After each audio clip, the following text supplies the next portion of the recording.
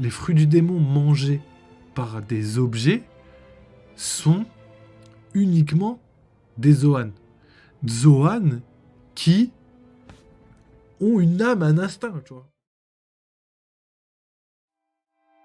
Donc les mecs, c'est parti pour la suite de la vidéo sur la théorie des fruits du démon. Donc je vous en dis pas plus pour l'instant, mais j'ai préparé une petite théorie qui semble assez cool, franchement assez cool pour pas vous dire plus. On va commencer tranquillement en remémorant quelques aspects par rapport aux fruits du démon et on va conclure avec des petites informations que je vous ai dégotées. Donc commençons. Premièrement, quelles informations on a par rapport aux fruits du démon. Donc les fruits du démon, c'est un grand mystère de One Piece. On a quand même pas mal d'informations. On sait qu'il y a 3 types par exemple de fruits du démon, hein, très très connus, hein, les paramécia. Donc c'est des fruits où on peut imaginer à peu près tout et n'importe quoi. Je pense que les paramécia, c'est les fruits les plus répandus dans le monde et dans l'univers de One Piece, parce qu'il suffit qu'Oda imagine un paramécia et bam, il te le met. C'est le pouvoir. Donc je pense qu'il l'a fait exprès. C'est pour ça qu'il a ce côté imagination, même dans l'enceinte des fruits du démon. Donc ça, c'est les paramécia. Ensuite, on a les Zoan. Les Zoan, c'est une transformation en bête, donc en animal d'abord, en bête, ou même en bête mythologique, voire en dieu. Donc on a vraiment toutes les transformations. C'est vraiment le côté de transformation en être vivant. Et être vivant, j'ai envie de dire être vivant, mais de type animal, tu vois, vraiment plus faune que flore, tu vois ce que je veux dire? C'est vraiment ce type d'animal. Faune, et en plus, ça peut être la faune aquatique, tu vois. Donc, faut juste se dire que qu'on se transforme en une bête similaire, en mammifère, si j'ai envie de dire. Après mammifère, ou ça peut être pas un mammifère, mais il faut que ce soit un animal, tu vois, un animal comme par exemple les humains et les dieux, du coup, seraient logés à la même enseigne que les animaux. Déformez pas ce que je dis par rapport à ça. Même moi, j'ai bugué quand j'ai dit la phrase, mais vous avez très bien compris. On reste dans l'univers de One Piece, vraiment dans l'univers de One Piece. Donc, une fois qu'on sait ça, on a le troisième type, et après on théorisera. Le troisième type, donc les Logia. Les Logia, là, c'est plus les éléments, c'est tout ce qui est tangible et intangible en même temps. Par exemple, tout ce qui peut... tout ce qui peut je sais pas comment vous dire, parce qu'en vrai ça peut être quelque chose qu'on peut toucher, ça peut être en tout cas le corps de la personne qui mange le Logia ne peut pas être touché, mais déjà je vous explique quelque chose que vous savez déjà très très bien. Donc les Logia, c'est tous les éléments, je pense que c'est assez détaillé, je pense qu'il n'y a même pas besoin de s'éparpiller sur ce genre de détails. Donc les Logia, c'est les éléments, mais par exemple si tu passes par hasard sur la vidéo que tu connais pas trop One Piece, les Logia, c'est des éléments. C'est tout ce qui est l'eau, le vent, l'électricité, le magma, le feu, tu vois. Et il y a des hiérarchies. Donc là, c'est la partie suivante sur laquelle je voulais parler par rapport à ça. Donc par exemple, il faut savoir ça, les gens l'oublient un petit peu, mais Chopper et Luffy, par exemple, ont mangé exactement le même fruit de la même catégorie. Et tous ces fruits, même s'il y a les 3 grandes catégories, Logia, Zoan et Paramecia, il y a parmi ces catégories, une sous-catégorie. Donc, par exemple, si j'ai pris l'exemple de Luffy, son fruit, c'est le Ito-Itonomi, donc le fruit de l'humain, mais modèle Nika. Donc, modèle Nika, Dieu Nika, vous avez compris. Et Chopper, c'est le Ito-Itonomi, mais de base. C'est-à-dire le Ito-Itonomi, mais modèle humain de base, tu vois, humain normal. Donc, ça veut dire qu'en fait, il y a des niveaux de puissance entre chaque fruit. C'est comme par exemple le fruit enfin qui a d'autres j'avais un truc en tête. Par exemple, il y a le fruit par exemple du magma et du feu qui se ressemblent beaucoup, qui sont 2 fruits de Logia dans la même catégorie, tu vois. Magma étant plus puissant que le feu. De par leur température dans notre univers naturel, la température du magma est plus grande que la température du feu. Donc forcément, le magma prend l'ascendant sur le feu. Enfin, c'est comme ça que je pense que Oda a réfléchi par rapport à ces informations-là. Et quelque chose de plus... avec une plus grosse température que le magma, c'est les flammes bleues. C'est-à-dire, par exemple, la flamme bleue, c'est une flamme qui a une très bonne condition. Conduction, non. combustion. Combustion, une très bonne combustion. C'est-à-dire qu'il y a très peu de pertes pour un maximum d'énergie dégagée. Alors que la flamme jaune, comme le feu qu'on connaît dans le feu de bois, etc., c'est une combustion, mais pas optimisée. Il y a beaucoup d'énergie qui vont se transférer en chaleur, si je ne me trompe pas, et cette chaleur va faire en sorte que la température de la flamme va pas monter suffisamment. Du coup, ouais. Du coup, non, non, du coup, ça doit pas être ça. Euh, j'irai regarder en détail, mais ce dont je suis sûr, c'est que les températures de chaque flamme sont différentes et dans l'ordre, ça fait flamme couleur jaune comme on a l'habitude de connaître, magma et au-dessus flamme bleue avec une meilleure combustion. Bon, ça c'est facile, de toute façon, vous le connaissez, je pense que vous l'avez déjà vu en SVT, la flamme bleue c'est quelque chose... ça a une meilleure combustion dans tous les cas et l'énergie se transforme essentiellement en chaleur, ce qui peut faire monter la température beaucoup plus haut que, euh, que la flamme jaune. D'ailleurs, c'est ça, je crois. C'est ça, je me suis trompé.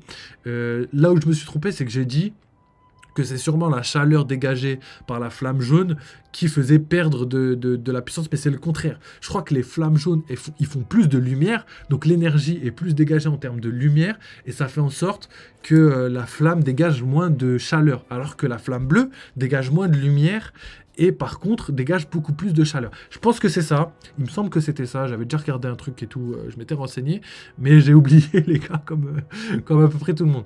Donc voilà, donc c'est juste pour vous dire que déjà, par rapport aux fruits du démon, il y a peut-être, parce qu'on ne sait toujours pas ce qu'est un éveil de Logia, et pour moi, ça pourrait être un éveil de Logia. Sachant que Sabo et Akainu, pour moi, à la fin du manga, sont destinés à s'affronter, parce que Sabo a hérité du fruit de Ace. On pourrait penser que c'est Luffy qui doit affronter...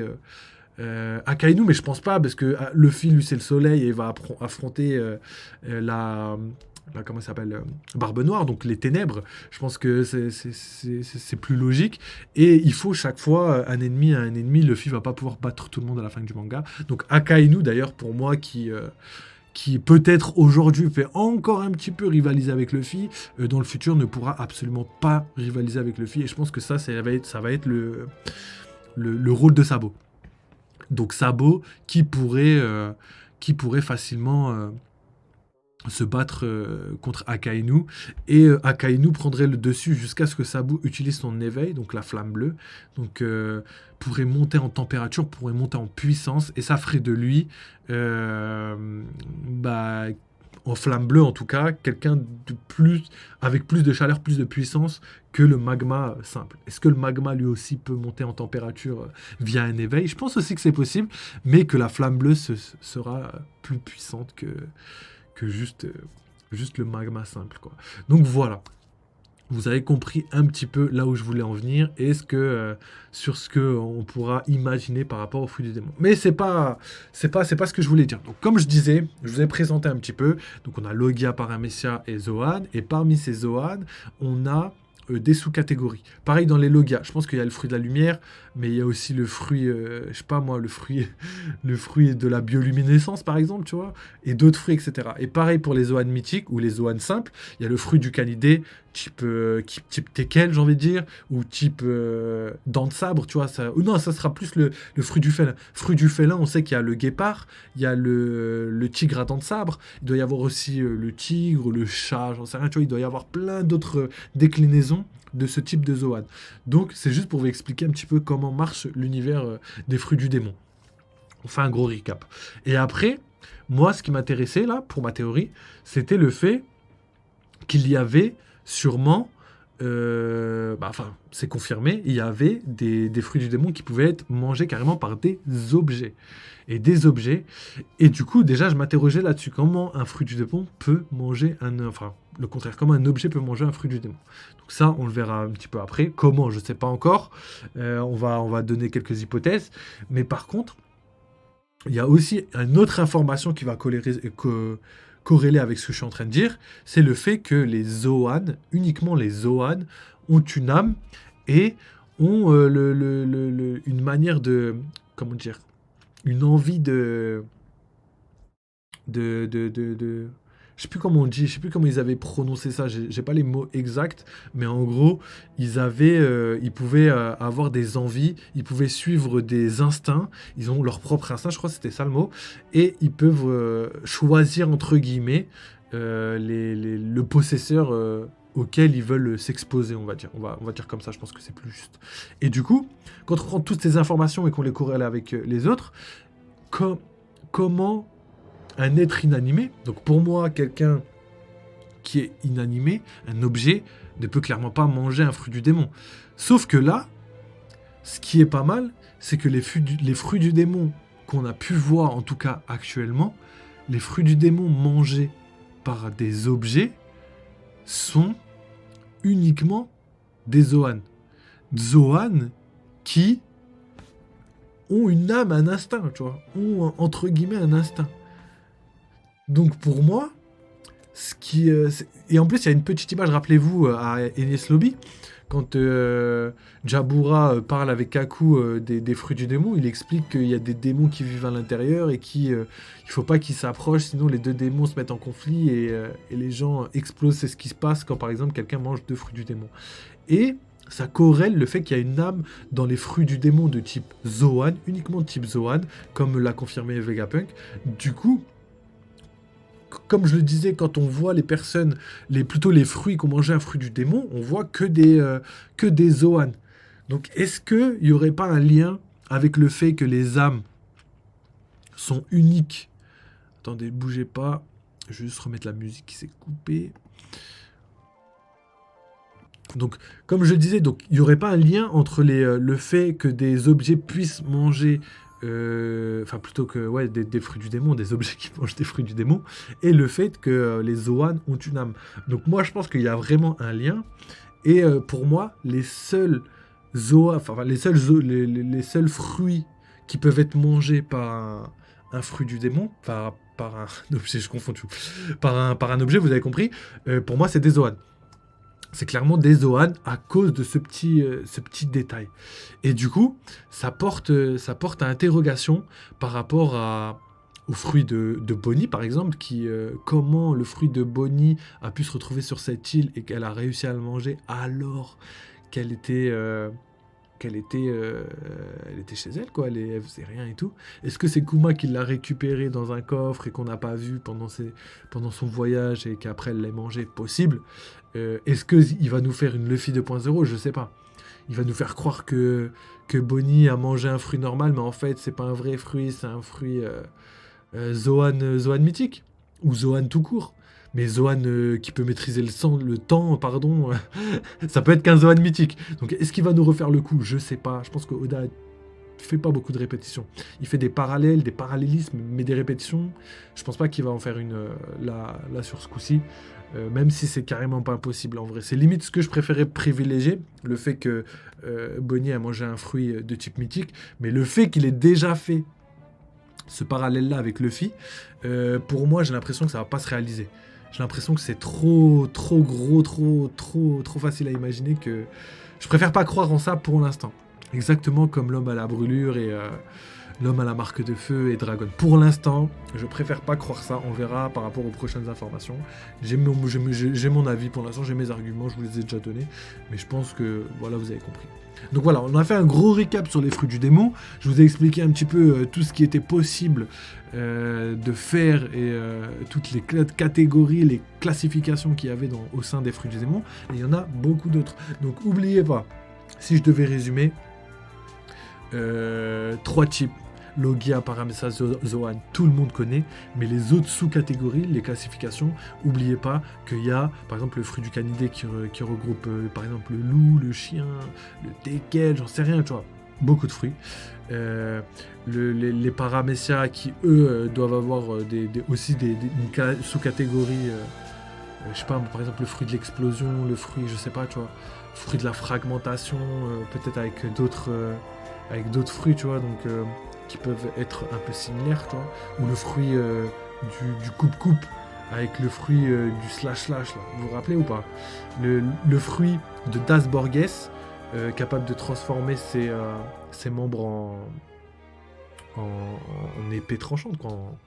Et aussi le fait qu'il y avait un autre mec dans un hors-série avec Apis, je sais pas si vous vous souvenez, avant de rentrer sur Grand Line, avec les dragons millénaires, il y avait un mec qui avait le fruit du slash et du coup il pouvait tout découper avec ses doigts comme ça. Donc est-ce que c'est dans la même catégorie? Peut-être, tu vois, essayer d'imaginer un petit peu. Je pense que les paramécias c'est les plus durs à catégoriser. Et ensuite, de l'autre côté, on a les Zoan. Zoan, donc comme je vous ai dit, catégorie, il y a des sous-catégories dans les sous-catégories. Donc on a les Zoan normaux, Zoan animaux, on a aussi les Zoan mythiques, les Zoan préhistoriques. Donc déjà on a 3 sous-catégories. Ensuite, dans chaque catégorie, dans les animaux par exemple, il y a le fruit du canidé, le fruit du félin, le fruit, je sais pas, volatile, le fruit, etc. etc. Et pour moi d'ailleurs, à Alabasta, à un moment, Pell il dit il n'y a que 5 types de fruits où on est capable de voler, mais en fait. Il y a des gens qui disent ouais c'est une incohérence parce qu'il y a plein de fruits qui te... Non, c'est pas une incohérence, c'est juste que Oda a fait... Déjà, il peut justifier ça d'une manière hyper simple. Pell, il s'inspire d'un bouquin, donc là où il classifie tous ses fruits. Donc c'est un bouquin qui a sûrement pas l'ensemble, j'ai envie de dire l'ensemble des fruits du démon. Peut-être qu'il y a des nouveaux fruits qui se créent au fil des années, etc. Donc peut-être que l'encyclopédie est vouée à évoluer avec le temps. Donc déjà c'est juste ça. Ça se trouve c'est une ancienne encyclopédie où il n'y avait pas, je sais pas, il n'y avait pas il y avait pas de plein de fruits. Parce que par exemple, admettons les fruits du démon avant le siècle oublié, ils existaient. Et ben il n'y avait pas le Ito Ito, il n'y avait pas le Ito Ito modèle Nika, parce que Nika était vivant. Vous voyez où je veux en venir? Donc c'est pas une incohérence, et pour moi c'est juste une classification déjà, juste dans le temps par rapport à ça. Donc déjà juste Oda il peut le justifier comme ça, et en plus de ça, il peut le justifier d'une autre manière. Donc Pell il a dit ça parce qu'il avait un fruit du volatile. Et il y a 5 fruits des volatiles, donc pour moi, les 5 fruits qui sont capables de voler à son image d'après ce qu'il connaît, c'est 5 fruits de type volatiles différents, tu vois. Chacun aurait un fruit du volatile différent. Donc par exemple, on sait que Pell a l'aigle, il doit y avoir, je sais pas moi, le pigeon, j'en sais rien, tu vois, etc., etc., etc. Vous avez compris où je voulais en venir. Donc ça, c'est pour la classification des Zoan normales. Dans les Zoan préhistoriques, il doit, je sais pas moi, peut-être avoir des classifications dans genre Zoan... type mammifère ou Zoan type volatile aussi ici tu vois il doit y avoir des Zoan dans des catégories et pareil pour les Zoan mythiques je pense que là il y a peut-être des catégories mais on pourrait les classifier par rapport à leur inspiration tu vois par exemple le phénix dans la catégorie grec, je sais pas si c'est ça l'inspiration, mais il me semble, je suis pas sûr, donc je préfère vous le dire, ou peut-être nordique, je sais pas d'où vient le phénix exactement, peut-être qu'il est dans les deux, mais c'est plus comme ça que je verrai, tu vois, par exemple Kaido, plus mythologie japonaise, et puis etc. Vous comprenez là où je veux venir avec les classifications. Et les logias, c'est par rapport aux éléments. Tous les éléments qui sont en rapport avec le feu, donc on a le fruit du magma, le fruit du feu, peut-être, je sais pas moi, le fruit de la braise, le fruit de la fumée peut-être aussi qui doit être classifié peut-être là-dedans. On a aussi une autre qui est plus dans la catégorie eau, donc ce sera plus la glace. Il n'y aura pas le fruit de l'eau, ou sinon il sera pas aussi cheaté que ça. Genre peut-être qu'il peut contrôler l'eau, mais peut-être qu'il peut pas contrôler l'eau de la mer à cause de la puissance de la mer. Du coup ça ferait une cohérence et ce serait pas trop cheaté parce que par exemple le fruit de la lumière, tu tires quelque chose à la vitesse de la lumière, je peux te dire ça détruit des îles, ça détruit des pays, ça détruit tu peux détruire le monde avec le fruit de Kizaru et pourtant Oda a réussi à jauger correctement. Donc voilà, ça c'est le résumé par rapport aux classifications. Gardez ça en tête parce que je pense que ça aura une très très grande importance pour la suite, surtout pour les logas. D'ailleurs les logas, on va passer à la deuxième phase. Les logas, vu c'est le seul Zoan, enfin c'est le seul, je dis Zoan, c'est le seul pouvoir où on n'a pas l'éveil. Pour rappeler, les Zoan, leur éveil sont en rapport avec leur corps, c'est-à-dire qu'ils sont capables de modifier leur corps pour avoir une forme plus balèze. Les paramécias, eux, c'est par rapport à leur environnement, même si il peut y avoir des variantes par rapport à l'environnement. Par exemple, exemple simple, l'eau a un pouvoir où il peut agrandir son sabre à volonté. Ça, c'est quelque chose qu'il ne pouvait pas faire dans sa room. Dans sa room, il peut tout déplacer, tout, etc., etc. Et là, il a créé une room autour de son sabre. Et là, carrément, son éveil pour moi, c'est d'altérer la matière elle-même, c'est-à-dire qu'il peut faire grandir. Par exemple, admettons, tu as un bateau, et ben maintenant, grâce à son éveil, il peut te faire grossir le bateau, tu vois. Après, là, je prends des objets gros, mais je pense que pour l'instant, son éveil se résume à des petites surfaces, parce que sinon, ce serait trop cheaté. Mais bon, quand je dis petite surface, le sabre qui transperce l'île d'Onigashima jusqu'au centre de la Terre, là, petite surface, c'est pas si petit que ça. Enfin, vous comprenez ce que je veux dire par rapport à altérer son environnement. En fait, les paraméciens, pour moi, peuvent altérer leur environnement de manière différente. D'ailleurs, j'ai eu pas mal de commentaires par rapport aux fruits de Kid, où tout le monde me disait, ouais, l'éveil de Kid, c'est logique, c'est le fait qu'il puisse magnétiser les choses. Ok, c'est grave possible. Je pense que ça fait partie de son éveil, mais pour moi, ce n'est pas tout. Je pense qu'il y a énormément de déclinaisons possibles. C'est-à-dire que déjà, son attaque finale à l'eau, c'était son éveil. L'attaque finale de Luffy, c'était grâce à son éveil. L'attaque finale, l'imagination, tout ça, vous avez capté. L'attaque finale de Kaido, c'est pareil. Par contre, Kid, si magnétiser quelqu'un, c'est son attaque finale, bah c'est claqué. Pour moi, c'est claqué un petit peu. Je pense que ça fait partie, une petite partie de son éveil. C'est pour ça que je prends des pincettes, que je vous demande à vous-même de patienter et de pas valider ce qu'est le pouvoir de Kid tant qu'on n'a pas de confirmation. Attendez quand même les confirmations. Je pense que c'est pas trop difficile, on sait à peu près quoi il en joue. Mais pour moi, je pense que Kid, son pouvoir, son attaque finale, quand on regarde, c'est le rayon laser, le rayon électromagnétique qu'il peut envoyer. Et moi, pour moi, je pense que soit il peut altérer le magnétisme naturel présent dans l'air et le condenser en un point pour faire une attaque. Donc ça, pour moi, ferait partie de l'éveil des paramécias dans le sens où il contrôlerait d'un côté l'environnement et d'un autre côté pourrait envoyer des rayons laser de type ultra puissant, tu vois, de type électromagnétique. Du coup, je pense qu'il faut prendre des pincettes avec tout ça. Donc une fois qu'on a vu ça, je baisse un petit peu le son. Une fois qu'on a vu ça, vous avez un petit peu les classifications. Par exemple, le magnétisme et la gravité, je pense qu'ils sont dans la même catégorie, tu vois. Par exemple, tu vois, des paraméciens. Même si on sait très bien que l'électromagnétisme et la gravité sont complètement différents, c'est pour moi des forces de la nature qui pourraient être présentes dans l'univers de One Piece. Tu vois. Ça fait partie des forces... des 4 grandes forces de l'univers, si je ne me trompe pas. Pour moi, c'est la gravité, l'électromagnétisme, la force nucléaire forte et la force nucléaire faible. Donc, pour moi, c'est les 4 grandes forces de l'univers, et je pense qu'ils sont... les deux autres, on peut pas. À l'échelle nucléaire, on peut pas. Mais par exemple, la gravité et le truc, pour moi, sont dans la même catégorie. Et je pense que Oda est au courant de ça. Si moi je le sais, je pense que lui le sait. Très très intelligent, c'est un génie, vous le savez. Donc voilà. Donc ça, c'est pour encore pour les catégories et en même temps pour les éveils, etc. Donc ça, c'était les éveils des paramécias. On a vu les éveils de Zoan et les éveils de Logia pourraient avoir un impact sur la puissance de leur élément. Comme on a vu la flamme rouge et la flamme bleue, les Logia auraient potentiellement le pouvoir de power-up au niveau de leur énergie.